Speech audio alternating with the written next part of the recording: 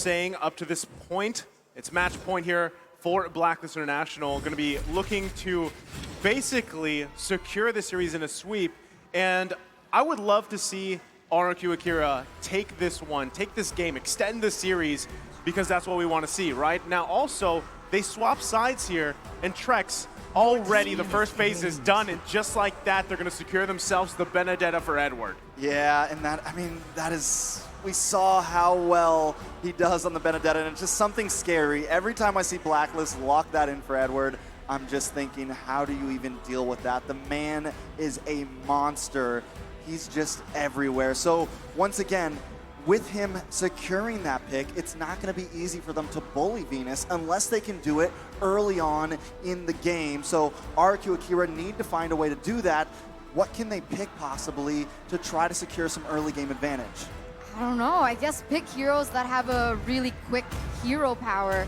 I think they had a really good idea with picking up something like the Lilia for that mid lane to try and control that mid rotation. But as you can see here on your screen, RRQ Akira, they've secured the Lapu Lapu as well as the Claude for themselves.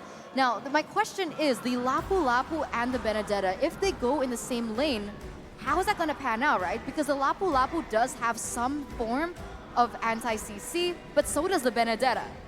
I mean, it's just, technically it's just messy. Like, it looks like your favorite anime out there, right? It's, it's a lot of flashiness and jumping and dashes. So that's pretty much what you're going to see, Nobody right? ever gets hurt. Nobody ever gets hurt. Nobody ever gets hurt. It just looks really cool. And as that transitions into the game, it's pretty much, what do they do for those team fights? Now, one of the great things about Benedetta is the split push pressure, right? But Lapu Lapu, if he can even get an early kill with that Festival of Blood, he gets really beefy. A lot of the times, Lapu Lapu, you see him going 1 versus 2 and 3, but hold on again. Blacklist International taking out the Estes again. Not only that, but they also have that Valentina in, and I got a feeling this is going to be a jungle Valentina most likely, possibly a mid, but still, that's the flexibility that they're bringing with that pick there, and it keeps RRQ Akira guessing in the second phase of bans. They are going to take their time with this final pick, but we do have a quote from Luis here. Blacklist International is one of the most dangerous teams in M4. But we believe in ourselves and optimistic that we can do well. Hopefully they can do well in this third game because they were correct about the first part there. Blacklist International is definitely strong in taking them through the ringer here. And we'll see if they can actually pull off a reverse sweep like we saw yesterday in the second match. But now we can see here, oh, okay, the Cho being picked up here from RRQ Akira. And this is quite good, right? Because the Cho can go into the backline, try and punish Estes in that backline. And so that is definitely something that they can go for coming into the second phase, though. RRQ Akira with the first ban. So, I mean, that's the thing, right? With Valentino locked in here from Blacklist International, which ultimate do you want to take? Right now, it's just the way of the dragon for the most part, right? So RRQ Akira, knowing this, they're going to have to be careful in their last two choices after this second phase is done. But still, going back to the point when we saw Estes pop up in the first game, you've got to be able to work around that sustain. You need to have an answer for that, because what we've seen so far, the trend through this series also with Blacklist International is if they don't want to fight you, they just disengage, right? And that's something that works so well for these first three heroes that they have here. So RRQ Akira locking in this Cho is a great option to pick your fights. That's literally what you want to do. Now, what we've seen so far up to this point is some great Cho gameplay and some, you know, not so great Cho gameplay, where like they'll try to get the combination off, the flicker, the way of the dragon, but then they're out positioned. And once that's gone, once you're taken out of the picture, you know, you're down one member and you lose a lot of that utility. So I really liked the Baratz ban here. I feel like they're thinking a bit ahead. I was expecting a Fredoran ban after this to really make sure that Blacklist can't secure that super beefy lineup here, right? Now, speaking of the not so great kicks from a Cho, right? If Oheb can secure something again, like, I mean, of course the carry's gone now, but the Beatrix still up, still plenty of options for him. They're gonna need to worry about him because every time Luis goes in with this Cho, he's gonna get melted down. So he's either gonna need to use that aggressiveness early on to focus down onto Venus and try to make plays happen, because if it goes too long once again, it's gonna be far too late to turn it. I agree with you. And now the last ban coming in from Farsa, from Blacklist, is going to be that Farsa. And now RRQ Akira, they have the first pick. It's interesting because I'm also reading the comments of the live chat, right? And a lot of people have actually mentioned that a great way to counter Blacklist is more AoE damage. So perhaps we might see that coming in from RRQ Akira. And we kind of get that from the Xavier, right? It's scary because it's very easy to counter because of how immobile Xavier is as a hero. But if the Xavier has a good time in the laning phase, is able to get those core items for that damage, the spammability of the ultimate to be able to, 1, deal the burst damage, and to 2, open up vision on the map is going to be huge for them. I like that you pointed out there, right? Because I know there's a lot of highly ranked people watching the M series here. Oh yeah, the best. And all the pros. And that's the thing though, right? Yes, AoE is a great thing, but if it's just healed back up and you pretty much used all your AoE, then, but they you have know, two. then, well, if you have, yeah, you have the Xavier, but also, like, you still need to be able to follow up on that when it's healed back up. And now, something we haven't seen often up to this point is this combination that we saw so much of in previous even MPL regions, the Valentina Faramis combination. Not only that, but the Valentina does get rotated there over into the jungle, but RRQ Akira was quick. They already knew what they wanted to pick as their jungle. They didn't waste any time. They picked up the Basha. Now, we haven't seen that many great things from the Basha so far, and with this being game point, the question is, will it succeed? Now, RRQ Akira has their backs against the wall right now. This is match point for Blacklist. They're going to need to pull a lot of tricks out of a lot of hats right now if they want to succeed in this, and it's definitely not going to be easy. The question on everyone's mind in the stands, in the live chat, is definitely if they can do it. The RQ fans want to help them out here, but I just don't know if they're going to be able to make it. So now, as we go into the land of Dawn, Blacklist trying to secure match point against RRQ Akira. RRQ Akira trying to defend and maybe take this to a game 4 or 5. Eterna, can they do it? That's the question. The odds are stacked against them this time. And even looking at the drafts, Blacklist have drafted themselves in a way that they are so sustainable, right? They have the AoE healing coming in from Oh My Venus, as well as, wait a second here, Sagan gonna get caught really low. And this is scary, right? Because we need the Xavier to be able to scale with the Clock of Destiny and the Lightning Truncheon as well. And if that doesn't happen, I'm doubting if RRQ Akira have enough damage to penetrate through the healing coming in from Oh My Venus, as well as that extra HP from the Faramis. Yeah, already Blacklist being very aggressive. And it's almost surprising because you see the Estes and you expect there not to be too much, but they're just so good. They have so much faith in Oh My Venus that they're willing to just push forward and get as much damage in that mid lane as possible. Now, Edward and Takashi also having this faded anime battle, as Naisu predicted. Definitely very entertaining, but possible action up in the top side. Naisu, how do you feel about that matchup? Well, overall, I mean, it's really, I don't expect anyone to go down before that first turtle anyway, but I mean, we didn't even get a chance to talk about the Baksha pick, right, that much, because King rolling with this option here. Rolling. Literally, pun intended. The thing is we haven't seen Baksha too much, but it's still a great utility tank jungler here. But already, you know, Luis doesn't have that Way of the Dragon, but should be able to get out just fine. And that's the thing, right? It's Wise that is going to be playing that Valentina like we saw here. And now you have that option, that dynamic. What ultimates do we take? How do we use it? Turtle coming up here in just a couple seconds. Let's see how this all plays out here. We'll see exactly how this pans out. Remember, RRQ Brazil, they need Sagan to get that level 4, which he hasn't, but Takashi here already. Oh, they're gonna crash down on Wise. They already get the Cult Altar out here, but it's the first blood for Takashi. Able to secure himself, the first one. Now Edward gonna be the focus, has to get back to the turret. And this could be the first turtle going in the hands of RRQ Akira. Oh My Venus there, trying to get some vision available, but look at the burst! Takashi comes in, able to grab another. A very, very nice start for RRQ Brazil. I was a little bit worried, but it seems like they have come online at 2 minutes and 40 seconds. If they can hold this together, then maybe they could take this to a possible win. But remember, they started last game strong. Now, with some of these items, how are you feeling about it, Eterna? Nothing just too fancy just yet. We're not at that point where anyone has built that first item, but you can see that the Boxia is going to have a huge impact in that early game, right? He's going towards a lot of items that are going to be able to make him more sustainable in his team fights. But talking about team fights, Luis goes in. Luis able to take down Oh My Venus, and now they're going to be focusing on Haji here. He's trying to get out, had to use that Purify as well. Purifies out of it and lives to fight another day. So right there with the Basha, we're starting to see with that Tortoise Poisons, with that ultimate, I love the name of that ultimate, by the way.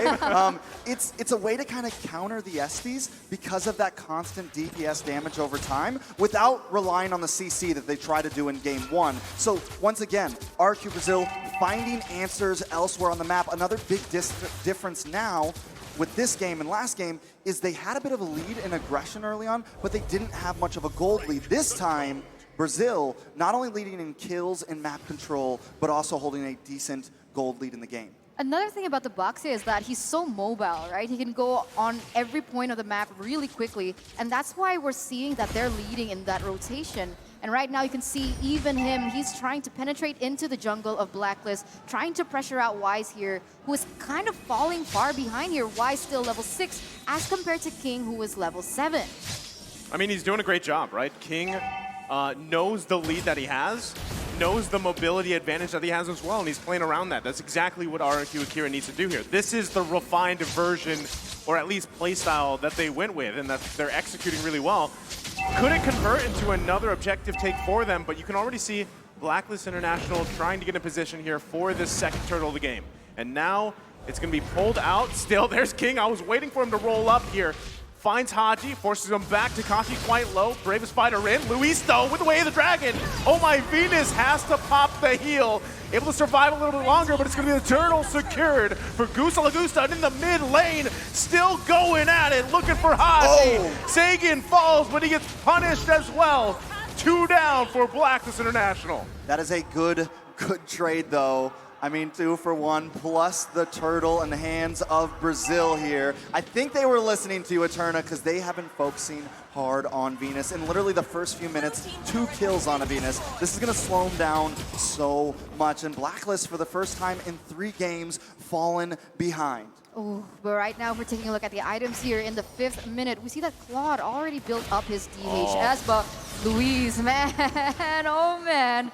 As aggressive as he can be at the moment, and you just saw Oheb secure that BOD. So DHS versus BOD, it seems like Oheb has actually reached that power spike a little bit earlier, since of course Gusta Lagusta is still waiting on that golden staff, which means when they go in for 5v5, Blacklist might have the better upper hand if they play the team fight a little bit better and try shut down Luis from taking out Oh My Venus in the backline. Yeah, I think this is the first time we've really seen Luis feel comfortable while playing along with Takashi, right? At least in the knockout stage, both of them just having fun with this. Not only that, another big thing to point out, that gold lane tower is gone, and this is exactly what Gusta Lagusta wants. The only downfall, the only worry I have on my mind for Brazil right now is once again, no kills on Oheb. And I'm pretty sure he's already got that bod locked in. He's got the boots locked in. He's going to start dealing some damage if he gets involved into these fights, which look at him already into the mid lane.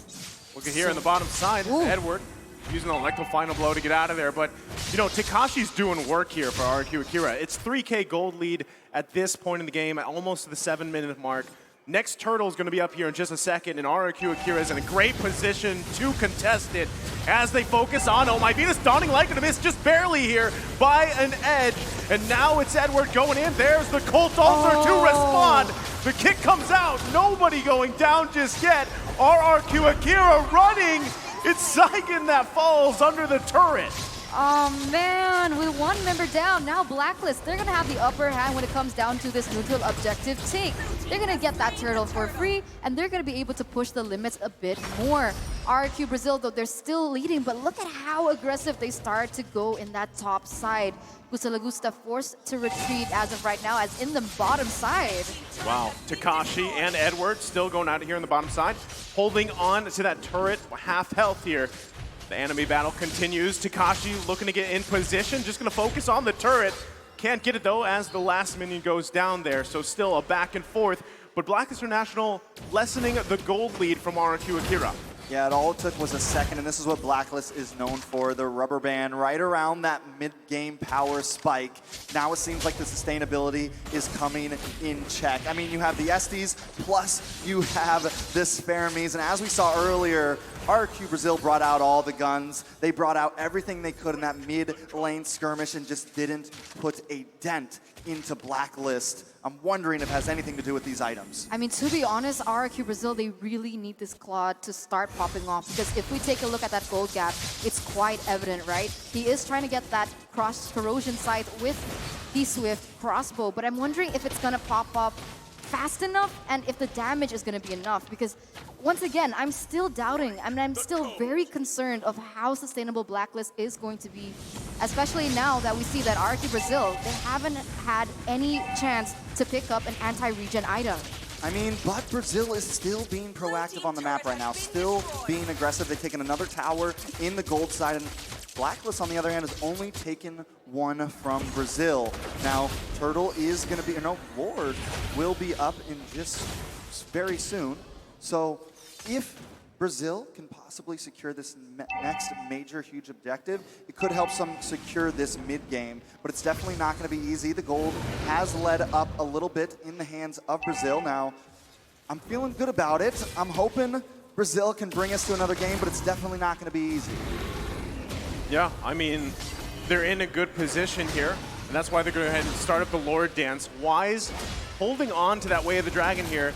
I don't think anyone's going to commit just yet here, but on the bottom side, it looks like Oheb was going to be the focus, but already, look at that. The damage is there. Gusa Lagusa going to have to go back here, and still, it's a little bit of a dicey situation for RRQ Akira, and at this point, they have been putting pressure around the map, opening it up for themselves, but I don't think they're still in a comfortable position to actually fight this Lord just off the bat. They've got to still handle the sustain coming out. Yes, you have the boxer, you have the passive for you, but it's going to be up to Luis here as he goes in with a conceal, looking for the bottom side. Can't get Haji, though. They are chunked quite low. Cold Altar is still going to be hold on. It's committed now. Oh, my Venus getting slammed down. Takashi goes in for another kill here. They're going to back off. They have the numbers advantage. Edward taking out Luis, though. Haji still up as well. RRQ Akira. Do they press the situation? It's a one-for-one trade here. It's going to be dicey. King, though, trying to decide if they want to go for it. Gusa Lagusa opens up his ultimate here as Oheb. Nice pickup there from Gusa Lagusa. Able to grab the kill, but is it still? That's the question. Wise is still there. This is not a green light just yet to start at the Lord, but Wise getting focused up by Takashi again. 1 versus 4 here in the bush. Gonna get dragged back a little bit. Takashi can't survive that as Haji grabs the kill. Killing spree. Meanwhile, RRQ Akira still working on the Lord here. Dawning Light comes out. Wise quite low. Took the bravest fighter. Now Edward trying to get some vision, an angle if he can. Gusa Lagusa, though, gonna push him back here. Still the fight for the Lord. Edward goes down. Cold Altar comes out. It's Wise with the Lord again. How does he do it? But RRQ Akira gonna push them back. Everybody quite low. Saigon with a huge Mystic Field. I mean, win or lose here. That was one intense Lord fight. And I like the fact that Brazil didn't force that Lord fight. They did lose out on the Lord, but overall, they're still kind of controlling the map here. They take another tower. Now, quick second, because Oheb's Beatrix has picked up 8 games in M, has been picked 8 games in M3 with an 87.5% win rate. You match that up with the Estes win rate from earlier for Venus, and it is definitely spelling out for trouble, Eterna. Oh, 100%. I mean, we're seeing the Filipino sniper himself go into action. I mean, need we remind you that he was the MVP of M3 Finals, right? And he even was able to pick out a skin for M3. So coming into this game, I'm not really sure if RRQ Brazil want to do that same thing that they did. That fight was a little too prolonged, and when it gets prolonged like that, it feels like Blacklist has the upper hand because of the constant healing that is happening by Oh My Venus. Take him out, great, but you have to go in, try burst him down. But Haji, he goes into the front line, deals a little bit of damage, but this is all allowing Blacklist to push that tempo as well as to zone away the members of RRQ Brazil. Well, they're still going to be working on this tier 2 here. They might just be able to get it cleanly as they do. Dawning Light comes out. No one going to go down, though, but Map advantage is what Blacklist International wants here. Takashi going again. There's the blessing of the moon, guys. They find Oheb, and now it's Oh My Venus on the focus here. Haji going to be in a bad position. Dawning Light comes out. It's another that falls. Luis with a massive Way of the Dragon, finding Wise, and it's Edward in trouble now. RRQ Akira marching down the mid lane, totally taking out Blacklist International. That is insane, and they want to keep going. Takashi with that dive forward, taking care of these towers, pushing forward. Are we going to see a game 4? Brazil trying. Brazil going to push in. Haji holding on for dear life here. They've got the minion waves. It's only a couple seconds, and RRQ Akira is going to do it. They extend the series as they take game number 3.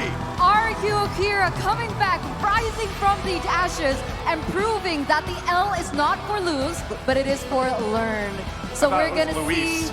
Well, that's it. I mean, that was a huge Cho play, right? Yeah. He was able to get Wise off the board and take all the members from Blacklist down one by one. And this is what I mentioned, right? If they go in with the burst damage that they have in their kit, they're going to be able to win out in those team fights. They did that perfectly. They did not try and prolong the fight. They didn't play towards the tempo that Blacklist brought onto them. And here it is, 1-2. Still match point, but now RRQ Brazil, they have a chance for the reverse sweep. And taking a look at this winning moment, look at them. They are hyped. They are ready. Takashi takes the challenge versus Agent Zero. RRQ Akira takes game 3, and I just love that. You know, when a team is that behind, up against the wall, and they get a win like this, it's definitely one of those hype moments. I was standing here excited for them. I mean, they got the crowd dance buff right there, as you see, right? But that's the thing. Again, Takashi, massive game here on that Lapu Lapu. I guess we found out who wins this season of the anime battle, right? But still, I gotta say that it was a team effort, obviously. And even with Luis on that Cho pick, this was now a game where, hey, you know what? That's a pretty good game for Cho, right? From what we're seeing here. So I still think that, again, it's match point, like you mentioned, Eterno, right? Blacklist International, 1 game away here. But this is life. This is lifeblood for RRQ Akira. All the fans out there, even from, we know how much Brazil is rallying there. And this is a good step because, hey, what did we see yesterday, right? It was a possible reverse sweep, and this is the first step towards that. And hopefully, we see more of that refinement coming out from RRQ Akira for game number 4 ahead of us. I mean, not only that, but we've seen them get stronger and stronger and stronger from game 1 to game 2 to now. I mean, RRQ Brazil definitely looks very, very good. Definitely wonder how things are hanging over there on the analysis desk. We'll see you soon. Welcome back, ladies and gentlemen, and back in the analyst stands, Takashi Astro Thunder strikes in the 3rd game. So it's going to be a 2-1 series. Let's talk about the drafts here. Leo, Lafell, and Goni back in the analyst stand. I think it's safe to say that RRQ Akira just, as a baseline, had an awesome draft. I love it. I absolutely love it. This is the kind of draft that we were looking for. Like, okay, countering the S's, we've tried, okay, them clumping up together. I mean, there's this one hero that just, like, makes it so that 50% of the HP healing is gone. And that's the Bakshan King. Yeah. And not just that, if they want to clump up, if they do get away from the Tortoise Poissons, there's this one hero that's just so easily capable of diving into the back line. Dude, I just feel like the more I see the matches here in M4 World Championship, I'm falling more and more in love with Lapu Lapu, man, because the glue is great and all, but something about Lapu Lapu that just strikes fear into people from the back lines. We have to acknowledge Astro Thunder, right? And it's known that I've rapped for Blacklist multiple times, but we have to sing. We have to sing for Tekash, right? It seems like the Lapanit. I mean, in general, like the the XP Japanese laners is a in this little current patch are just outstanding. And Takashi, in particular, in the 3rd game, he is outstanding. He knows what his roles are, and he knows targeting, prioritizing the right targets, timing as well. And in a bit, we are going to enter the item builds, but any final thoughts before we do? Okay, you talked about him knowing what to do. I still remember the fact that the Benedetta he knows where the Benedetta is going to dash. Like, you're going here. I know exactly what to hear. I'm going to stun you right now. That was amazing. That was a trademark Astro Thunder moment. I think in the year that RRQ Akira has dominated their region, they've watched so many games, and they know that it was going to come to this eventually. Again, this is fate, that they can get their vengeance, their comeuppance against Blacklist, and this is a statement game. After losing 2 games straight, they get 1, and then they're still here. I guess let's talk about Boxia pick, all right? I mean, King with the Boxia 316 building tech as well. Perhaps you got any insight from that, LaFell? My insight here is looking at King as well as Saigon, they're kind of doing what they were supposed to do when they have the Atlas, when they have the Lolita, because the Lolita as well as the Atlas provides a lot of AoE control, but it doesn't really matter because of the Purify. So having someone like a Xavier that's able to spam it out, especially once the Enchanted Talisman is there, keep spamming all of those lockdowns, making it so that they have enough crowd control. So it's no longer onto Luis and King.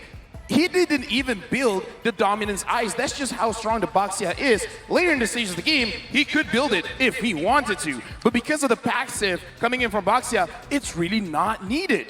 True, and with confidence as well. Let's take a look at the post stats for Brazilian members taking the categories here.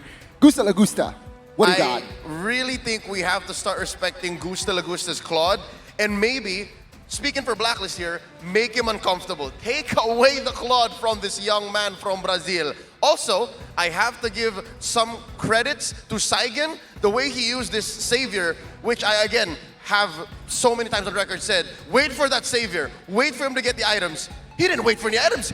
They ended the game at 13. Yeah, and again, I gotta say, I like the way that they're adapting it. It's like, yeah, we don't really need him for the damage.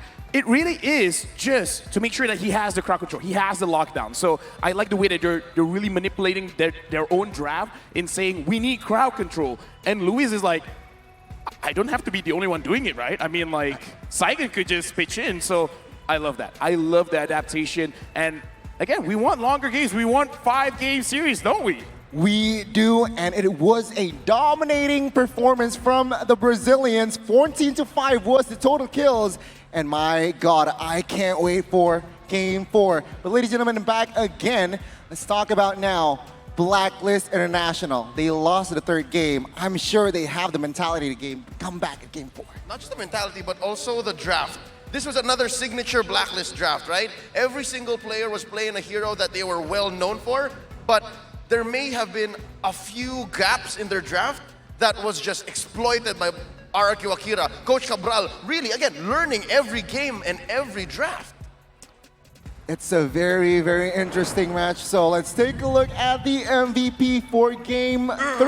It is going to be Takashi on that Lapu Lapu fell 6-1-4.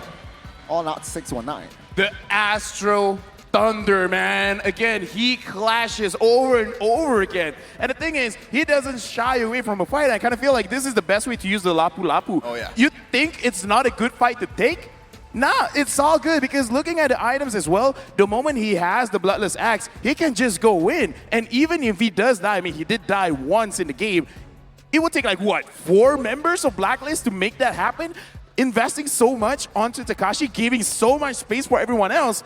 I mean, come on. This is MVP material. So let's take a look again. The Heat map for Takashi, building that hybrid build. Hunter Strike, Bloodlust for that attack, but also building Oracle and Dominance for extra security. Let's take a look at the rotation for the first 5 minutes by Takashi. In the first 5 seconds, you see him making his way straight for, again, his lane. He knows that he can win that matchup against the Benedetta, which at worst would be a non-starter, right? You just won't see each other given the amount of dashes you both have as XP laners. But you also see how much pressure he put into cutting. He made sure that if he left his lane, if he was going to help the other members of RRQ Akira, he would have already done his job as the XP laner. And then from there, it was Edward who was responding. This is the sign of a very good EXP laner when you're not only controlling your own lane, but you're actually influencing the jungle as well as the mid lane. And seriously, look at every really strong EXP laners. They don't just handle their own lane. They make sure that people in mid as well as in the jungle is aware that at any moment, Takashi could just pop up. You know, he's just slamming down with his big sword and really influence like where you can actually move around the map. So looking at this, I really like the high pressure, just like you said, cutting the wave so that he has priority in terms of moving anywhere else.